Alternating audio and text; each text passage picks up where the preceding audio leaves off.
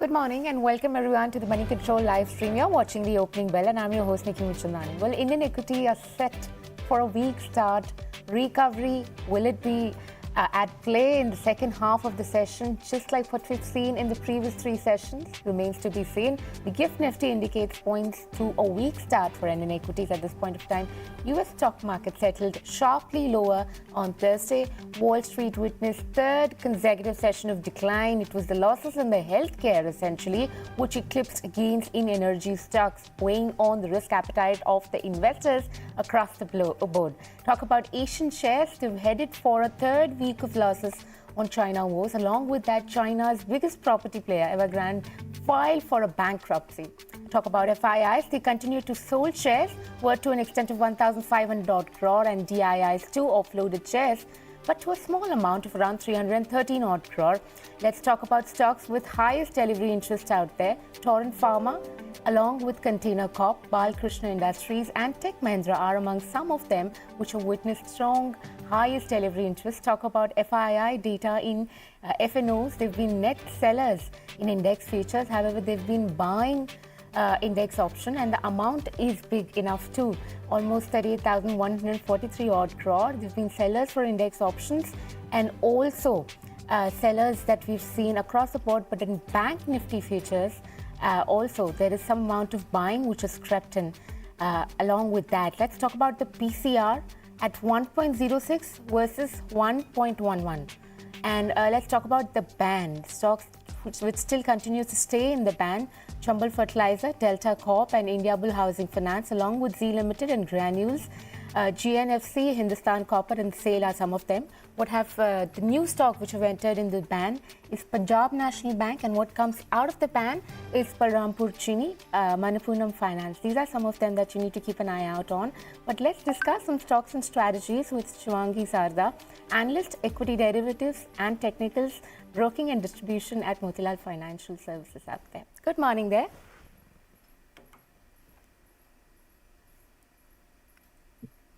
Shivangi, can you hear me?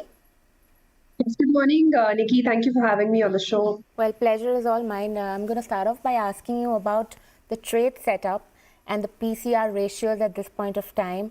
For the last three consecutive sessions, we're seeing some amount of recovery, which typically is coming in the second half of the session. Do you think it's a template which has been set for Indian equity markets in this entire week? And if yes, do you expect the same to play out today? What's your assessment? What are the levels and the strategies that you suggest to our viewers out there? So, Nifty put call ratio, which you mentioned, is above 1, which is around 1.06 levels. And we've seen that a couple of days back, Nifty respected its 50 exponential moving average. So that here around 19,250 becomes a crucial level for the index. And although there is not much of a weakness seen, but then overall, the market is likely to remain in pressure. So upside is limited, but again, follow-up is missing on either sides. So we will expect a very range-bound move in the index, in the sessions to follow. So for Nifty, 19,250 would be an important level to watch out for. A break of this level would see a more downside towards, 19,100, 150 levels. And on the upside, we can see some sort of a resistance is there at 19,480 level. So these, two levels are the range which will act out for Nifty. Now, talking about Bank Nifty, we've seen that, PSU banks have, although picked up, but then again, the entire banking space is somewhat, in pressure, and it has been moving in line with the index. Now, talking about the levels over here, 43,500 would be an important level to watch out for on the downside. And on the upside, 44,000 would be in resistance, which would act out. Again, here, the index is likely to remain in a range. We could use minor bounces for a sell-on-rise strategy on an intraday basis, but overall structure is likely to remain in a range. All right. Also, could you recommend two stocks that you think would be profitable ideas for our viewers out there before we get into further discussion of which stocks and news typically that need to be on the watch list for the viewers out there? So the first pick on my radar is Indian Bank. We've seen that this stock has consolidated for a while, and now it's getting ready for a good upside move. Uh, it came out of its range on weekly frame, and we've seen that there was a resistance around 29.50, which the stock has surpassed and moving quite well. So recommending a buy here with a target near 31 and then 32 levels, with a stop near 29 zones. Now, the second pick on my radar is Titan. This stock, we've seen that there has been a good short covering move led by longs being built up at these levels, and the stock has given a negation on the weekly frame, and follow-up buying can be seen. So a good chart structure along with volumes adding up over here. So recommending a buy here with a target near 3200 levels and a stop near 3000 zones. All right. Also, what do you make out of something like a Tata Steel along with Bata India? Because these are some of the counters which are expected to be at least in traction. Bata India on account of the news of Adidas merger or acquisition that is coming up in terms of tie-up of the two giants out there. What do you make out? Do you think it's a profitable idea? So we've seen that there has been a lot of swings in Bata, and the stock has witnessed a good recovery. But then again, there has been a good recovery already, which has been seen. So it might go for some sort of a consolidation from these levels, but the overall structure is quite positive. A slow and steady mover, it would see levels of near 1800 levels and stop near 1720 zones.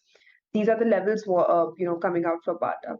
All right, so let's address stocks and news. Tata Steel, where the company's shareholder meeting is expected to be held on September 18, and it's going to be held for TRF merger approval. Shareholders typically will be considering in the merger approval with Tata Steel. It's going to be for the scheme of amalgamation. Apart from that, we're going to get back to Shivangi in just a bit. Let's address the stocks and news second bit that we have NSE announcement of the index replacements, where there is a replacement announced across the board, and the changes are going to take effect at September 29. No changes made in Nifty 50 and Nifty 50 equal weight indices. What is excluded essentially, ACC, Nika, HDFC, AMC is going to be excluded in from Nifty Next 50 index from September 29th onwards. Indus Towers, Page Industries also going to be going out of Nifty Next 50. What is going to be included in is PNB, which is currently under ban. TVS Motor is going to be included in Nifty Next 50. Apart from that, Shriram Finance and Trent also is going to be included within the next Nifty index. And apart from that, Zydus Life Sciences along its overall is going to be included in the Nifty Next 50 index from September 29 onwards. We also have a thematic report coming in, or rather a sectoral report coming in on chemical companies by Jefferies early this morning. It says that the agrochemical destocking pace and the breadth is just too splendid right now. The destocking could be short, and the US sowing season in the Q1 remains to be critical. What they prefer within the basket is PI Industries. They are way to pull back in SRF and potentially turns more constructive overall on the space. Well, let's address the market open. 0.5% of cut coming in for Nifty 50, way below the 19,300 mark. Well, I'm not surprised there. It's a trend that I'm witnessing. We all are witnessing for the last 3 consecutive sessions, but it's always the recovery which comes to rescue. With this play out even in today's session remains to be seen. Let's talk about Bank Nifty index too, and to see the levels that we're looking at. Bank Nifty, we're seeing losses to an extent of 0.4% out there. So the cuts are also deep for Bank Nifty index. Let's talk about the small cap and the mid cap index. Well, mid cap index, it's a flat start with negative bias. However, bucking the trend there is small cap index, with seeing gains to an extent of 0.1% out there. Let's talk about the other sectoral indices that we have on the chart, just to see where the momentum is stacking up right now.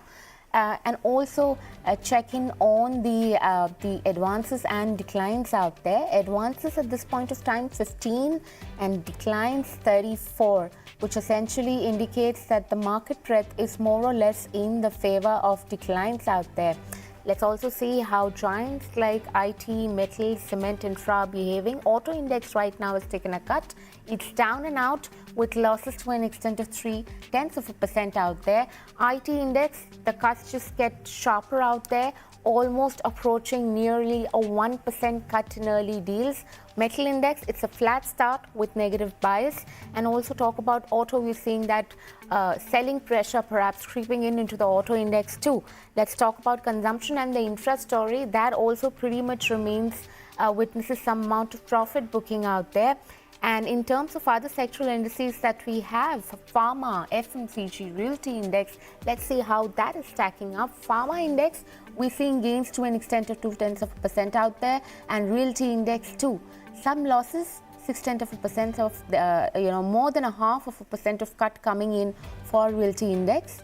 Let's talk about top gainers and the top losers that we have on Nifty 50 index right now for you. DRL, NTPC, Adani Ports, some of the top gainers out there, along with L&T, Bharti Airtel and Adani Enterprises, some of the top gainers. Let's talk about the top losers that we have on the list. Coal India, HCL Technologies, Apollo Hospital, along with that of TCS, Hero MotoCorp and Bajaj Auto. Essentially, it's the IT and the auto pack, which is predominantly ruling the loser side. It's taking probably the selling pressure seems to be a bit higher. Shivangi, I'm going to come back to you and check what do you make out of IT and auto stocks right now?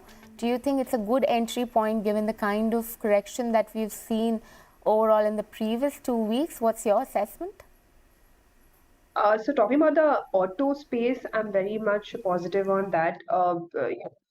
Stocks have come out and holding are looking for a good potential upside over here. So in the auto space, especially the battery sector, battery stocks are also looking quite well, focusing on the EV vehicles. But on my radar is Escorts. This stock has continuously been forming higher highs from the last 3 sessions, and a good breakout from weekly frame can be seen, and a good volumes can be seen add up over here. So recommending a buy here with a target near 29-20 zones and a stop near 2760 levels. And apart from this, some of the mid cap names are also looking nice, which includes JBM Auto.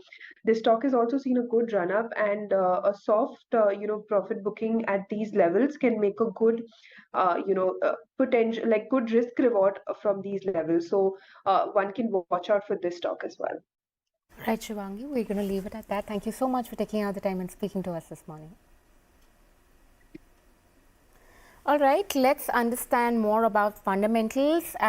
India growth story remains intact, but can our high valuation sustain in the backdrop of a bleak global economy? That is the question most of the viewers, participants are grappling with over the past couple of sessions. The global picture continues to be gloomy. After a long time, both FIIs and DIIs have been sellers in the same session. But to take the discussion forward, we're being joined by Rahul Arora, the CEO of Nirmal Bang. Good morning, Rahul. It's been a pleasure seeing you on screen after a while. How are you doing? I'm going to start off by asking you about your assessment for the markets. Which direction are they headed? A bit of consolidation. You think, are we ready for the second phase of the bull run, or is it just too early as yet? Morning, Nickey. Thank you for having me on your show. So I think this is a very welcome pullback. I really wouldn't term it as a correction because we're off only about 500 or 600 points from the high. So I think it's a slightly healthy place to be. I think, I'd be a little more comfortable if we were to give up some more, where valuations would start to look reasonable. I think at our broking firm and even at some of our competitors, I think we've sort of moved to valuing companies on FY25, which shows you that the near term valuations are looking extremely stretched. So I think if the Nifty was to correct a little bit more, it would give people a better entry point into stocks with far more upsides. That being said, I think, a couple of variables have definitely changed. The earnings season was just about okay. It wasn't a tearaway success in any way. And I think the data points coming out of the global economy and what's happening with the global central banks, you've seen what Russia has done, the commentary that's coming out from the US Fed, I think that's probably going to tie the hands of the RBI. So you're probably not going to get a rate cut at any point this calendar year. So I think when you look at global data points and tie them into the micros in terms of earnings, it's not a 10 on 10, let me just put it that way. So I think if we give up a little bit more from here, get into that zone of somewhere between 18.5, 19,000, I think the stock entry points would be much better at that point. Right, so a bit of correction out there, perhaps on board. Let's talk about auto stocks in that case. June and July tractor sales number have been nothing to write home about, but the market seems to be betting that the tractor sales perhaps in August and September will be a tad better thanks to the steady progress that we've seen for monsoon. What's your assessment overall for the auto basket space, and do you like anything specific within the basket given the kind of valuation that they're enjoying? So, Nickey, I think compared to the rest of the market, I don't think the valuations are extremely demanding. If you look at 5-year averages or 10-year averages, some of these stocks may start to look at maybe half or one standard deviation above mean. But I think if you're looking at the projected earnings growth, I think for most of these companies, you're going to get reasonably good margin expansion. Since you bought up tractors, we are in a pre-election year. We get into an election in about 8 or 9 months. So I think, and on top of that, you have 3 very important state elections that are lined up in November, December this year, which is Rajasthan, Chhattisgarh, and Madhya Pradesh. So I think there will be definitely a thrust by the government of India. Overnight, there were some reports that the government is considering a very big inflation kind of a package for the bottom of the pyramid. And that number could go up to close to about 1 lakh crores that was being reported. So I think there are going to be things at the margin that are going to assist the rural economy. And to that extent, I think as a second order beneficiary, you will see some interest in tractors, maybe low-end two-wheelers as well, commercial vehicles. So we would still be overweight on the sector. Like I said, I think commodity prices today are far more in favor than they were, say, about 12 to 15 months back. So there's going to be a reasonable margin expansion in most OEMs as well as in auto component players. So I think you're probably looking at a scenario where earnings can compound at 18-20% for the next couple of years. The problem is the choices are limited. So if you want to play passenger vehicles, you'll play through Maruti.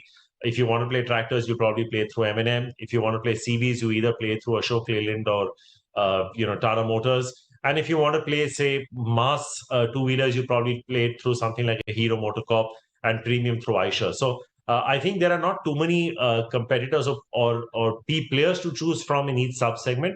So, but as an overall sector, I think we are still very bullish on the OEMs as well as on the ancillary players at this point. All right. Rahul, also, what do you make out of the road logistic companies? They've had a middling run of late. As freight rates have somewhat remained steady after a sharp rise. Do you like that space? So I think it's obviously an up-and-coming space. I think there are some IPOs also lined up in that space. I think the good part is, I think if the commercial and the retail side of the economy is doing well, by default, you'll have the logistics sector doing reasonably well because they're pretty much the places where you house your goods and build the inventory. As a house, we don't have an official rating on any of these stocks. But I think as a proxy to what's happening when you look at, the new age stocks, and a lot of these new age stocks are basically dealing in very large numbers with these logistics players. So if you have, anything that's retailing to your house, whether it's apparels, cosmetics, beauty products, if they're doing well, the providers of those services are doing well, then obviously it's a reasonable assessment to assume that the logistics and warehousing players are also doing well. So while there is no official rating, but from whatever I have looked at in terms of reports that come out from, say, Knight Frank or Colliers or JLL, the data points seem to be supporting a very strong sector move. And I think this is not something that's going to last for a short term. I think given what the Prime Minister has spoken about growing the infrastructure of the company, this could be this could be a very good theme to be playing for the next 5 to 7 years. All right. Also, your word coming in on Bata, because typically there is a clarification which has come in with regards to the strategic opportunities that the company seems to be evaluating, and the probable candidate would be Adidas for that matter. How do you look at the two giants' strategic tie-up? What do you make out of it? Does it look attractive on paper right now? I'm sure more finer contours are yet to emerge, but preliminary assessment overall on this one.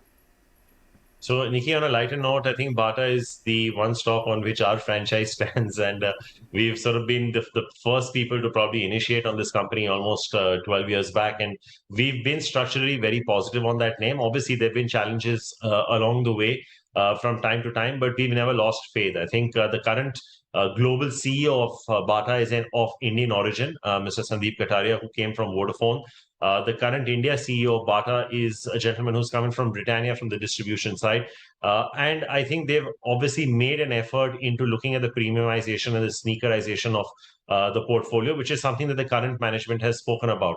Now, if you remember, Nickey, a few months back or maybe a year back, or there and thereabouts, Metro actually tied up with Fila, which is another very large brand in sports footwear globally. Obviously not as large as, say, an Adidas is, but were this to fructify, and I think you use the right word, Nickey, contours, it'll be very important to see how much Bata takes out of this, because I think Adidas will get a straight benefit of Bata's distribution. So it's a complete win-win for Adidas, because they would not have that many stores as Bata would across India. But would you be co-branding shoes wherever Adidas is a sponsor in India, in sports or otherwise? Would there be co-branding on that merchandise? Those are very fine points, because remember, Nickey, when Bata talks about sneakers or their power brand, so to speak, they have only had two brand ambassadors till today. One was the legendary Kapil Dev and the other was the legendary Sachin Tendulkar. So this is going to be very interesting. I mean, what it does in terms of getting in a brand ambassador, if you get a very strong athlete in India from some top sport to endorse this, sky is the limit. But it's a move in the right direction. I think that the fact that the stock went up about 6-7% yesterday was an acknowledgement from the market in that direction. These are going to be very high margin products. Sneakers are anyway very high margin products. This would aid margins at an incremental level, and of course, it would supplementary have help in the earnings growth as well. So structurally very positive. But as you rightly said, let's wait for the eventual contours of the deal to take this to its logical conclusion. Fair enough. Point well taken. What do you make out of the entire FMCG basket at this point of time? The staples, discretionary, durables. How do you look at it within the pack, in the pecking order? And if you can put out a few names out there. So I think, Nickey, when you look at consumption, the K-shape that people generally talk about, and I've been saying this for some time, it increasingly is seeming to get more and more pronounced with each passing day. Because if you look at, say, the behemoth in consumer staples, which is Hindustan Lever, it reported only a 3% volume growth. But then if you go to the other end of the pyramid, whether you look at the Taj group of hotels, which is Indian Hotels, the listed entity, or you look at, say, Indigo, or you look at QSR companies like Westlife, they seem to be operating, or a Titan or a Trent, they seem to be operating on a totally different planet altogether. So I think, unfortunately, it seems like for the foreseeable future, consumer staples may not come back with a bang. But going back to my first answer, Nickey, where you have 3 important state elections at the end of this calendar year, and then about 4 or 5 months after that, you get into a national election. If the government was to, do something in terms of efforts to revive that part of the economy, and this 1 lakh crore package perhaps is hinted in that direction, or whatever has been spoken about, then consumer staples make a comeback, I think, towards the back end of the year. But for now, between the two, even though valuations are very expensive in consumer discretionary, I think the earnings growth will be higher here than it will be in consumer staples. If you are to be in consumer staples, our head of research, Krishnan, actually believes that the place to be would probably be in the foods companies, so maybe a Nestle or a Britannia. And if you want to probably venture out into the consumer staples, maybe something like a Godrej Consumer, which we don't have an official rating on yet, but it's sort of work in progress. So I think that's the way I look at the consumption basket, more discretionary over staples for now, maybe towards the back end of the year staples. But if you must make an entry into staples today, maybe Nestle and Britannia, and maybe down the road, something like a Godrej Consumer. Sure. Rahul, last question that I have for you in that case is much got to do with the primary markets in that case. Concord Biotech would be listing in today, and of course you have Pyramid Technoplast, which will be opening for subscription today, and on 21st you have something like an Aeroflex Industries, which is an Ashish Kacholia bagged company that we're talking about. Do you find traction within the primary markets right now? Any of the IPOs that you're currently looking at or perhaps reviewing? So unfortunately, I haven't put out official research on any of the recent listings, Nickey. I think the one that did really well, the few of them, of course, one was the one that listed a couple of days back in the financial services sector. My mind goes back to IKEO and maybe a Dream Folks. I think these are some, 3 names that come to mind that have done really well. But I think there's a story underlying there. that if you have a good business model and you're coming at reasonable valuations, the market is actually struggling for ideas, Nickey. I think when you look at most fund managers' portfolios, there will not be too much of a differentiation now because the market seems to be saturated with ideas. So if you're a good primary company coming into the secondary market with good governance, reasonable cash flows, good growth, I think you're going to get the subscription and the earnings pop you see. The three issues that I told you about right now, I've practically gone up anywhere between 50 to 100, maybe even more than 100% post-listing. So I think that's probably telling you that good growth at reasonable valuations, there are enough and more takers in this market across sectors. And you've probably seen that with some companies in the healthcare and hospital space as well, if I was to add to that list. All right, Rahul, we're just going to leave it at that. Thank you so much for taking out the time and speaking to us across range of things that we asked. Thank you so much. It was indeed a pleasure chatting with you. Thank you for having me, Nickey. Pleasure. All right, let's navigate our conversation more towards the primary market. Concord Biotech is going to be listing in today. The final issue price has been set at around 741 per share. For TVS Supply Chain Solution, it's going to be finalized on the basis of the allotment of IPO shares today. What we want to essentially discuss more about is Pyramid Technoplast, which is an industrial packaging company.